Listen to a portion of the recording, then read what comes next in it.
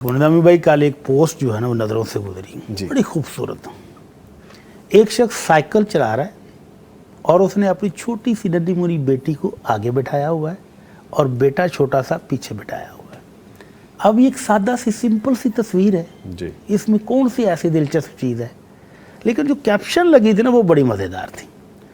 وہ کہتا ہے کہ والد ممکن ہے کہ اپنی اولاد کی ہر خواہش کو پورا نہ کر سکے, ممکن ہے کہ وہ ہر چیز جو اولاد مانگے وہ ان کو فراہم نہ کر سکے, لیکن یہ بات 100% یقینی ہے کہ والد کے پاس جو کچھ ہوتا ہے وہ اولاد کا ہی ہوتا ہے. یقیناً یقیناً یقیناً. سبحان اللہ. اس سے مجھے اللہ کے نبی صلی اللہ علیہ وسلم کا یہ فرمان یاد آ گیا.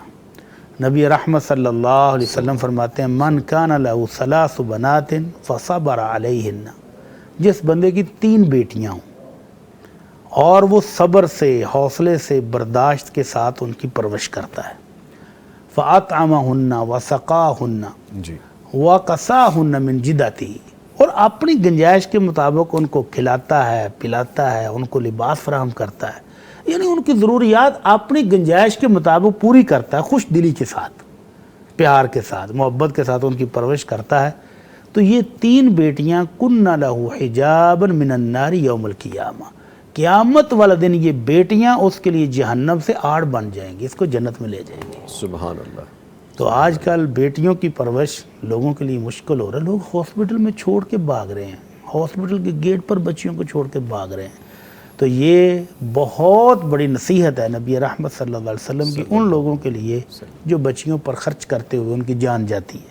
تو بیٹیاں تو بہت خوبصورت نعمت ہے, بہت پیاری نعمت ہے اللہ کی. جن کو میسر ہے ان سے پوچھیں اور جن کو میسر نہیں ہے ان سے بھی پوچھیں. میرا ایک دوست ہے, وہ بیچارہ بڑے عرصے سے اولاد کا خواہش مند ہے.